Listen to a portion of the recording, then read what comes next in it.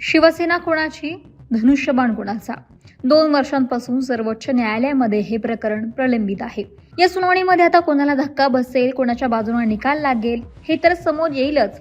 पण त्याआधी सर्वोच्च न्यायालयानं आज शिंदेच्या शिवसेना गटाचे आमदार अमोल खताळ यांना मोठा धक्का दिलाय आणि त्यामुळे अमोल खताळ यांची आमदारकी आता धोक्यात आली आहे. त्याचं झालं असं की अमोल खताळ यांनी निवडणूक अर्जासोबत दिलेल्या शपथपत्रात सरकारी कराची देणी तसेच नीलकमल भागीदारी संस्थेत भागीदार असल्याचं लपवल्याचा आरोप काँग्रेस नेते बाळासाहेब थोरात यांनी केला. या प्रकरणी त्यांनी कोर्टातही धाव घेतली. अमोल खताळ यांची निवड रद्द करून त्यांना निवडून आल्याचं घोषित करावं अशी निवडणूक याचिका उच्च न्यायालयामध्ये त्यांनी दाखल केली होती. त्या विरोधात अमोल खताळ यांनी निवडणूक याचिका दाखल करणाऱ्या दाव्यास कोणतेही कारण नाही या मुद्द्यावरती निवडणूक याचिका रद्दबातल करावी असा अर्ज उच्च न्यायालयामध्ये केला होता. तो अर्ज उच्च न्यायालयानं म्हणजेच हायकोर्टानं फेटाळला होता. या निकालाच्या विरोधात अमोल खताळ यांनी सर्वोच्च न्यायालयामध्ये विशेष अनुमती याचिका दाखल केली होती. पण आज सर्वोच्च न्यायालयानं सुद्धा ही याचिका फेटाळून लावली आहे.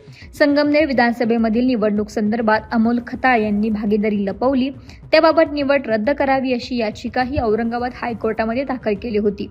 ती याचिका औरंगाबाद हायकोर्टाने फेटाळली होती. या विरोधातच अमोल खताळ यांनी सर्वोच्च न्यायालय गाठलं होतं, परंतु तिथे सुद्धा त्यांच्या हाती काहीच लागलं नाही. कराची रक्कम अत्यंत शुल्क आहे, त्यामुळे निवडणूक रद्द करू नये अशी मागणी खताळ यांच्या वतीनं न्यायालयामध्ये करण्यात आली होती. मात्र कोर्टानं स्पष्टपणे सांगितलं की 1 रुपया जरी असेल तरी नियमानुसार कारवाई करावी लागेल. निवडणूक याचिका जिंकण्यासाठी आम्ही प्रयत्न करू. त्यानंतर खताळ यांनी निवडणूक रद्द होईल, 6 महिन्यांमध्ये यावरती निकाल येईल असे अमित कारंडे म्हणाले. खताळ यांची नीलकमल भागीदारी संस्था आहे, त्याचा प्रोफेशनल टॅक्स भरला नव्हता.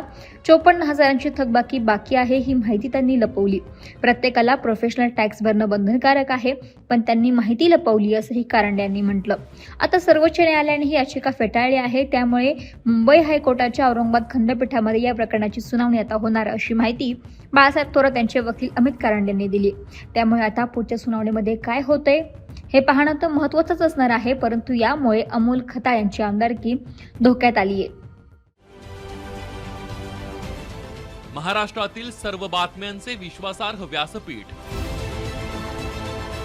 सकाळच्या सर्व सोशल मीडिया प्लॅटफॉर्मला लाईक, फॉलो आणि सबस्क्राईब करा.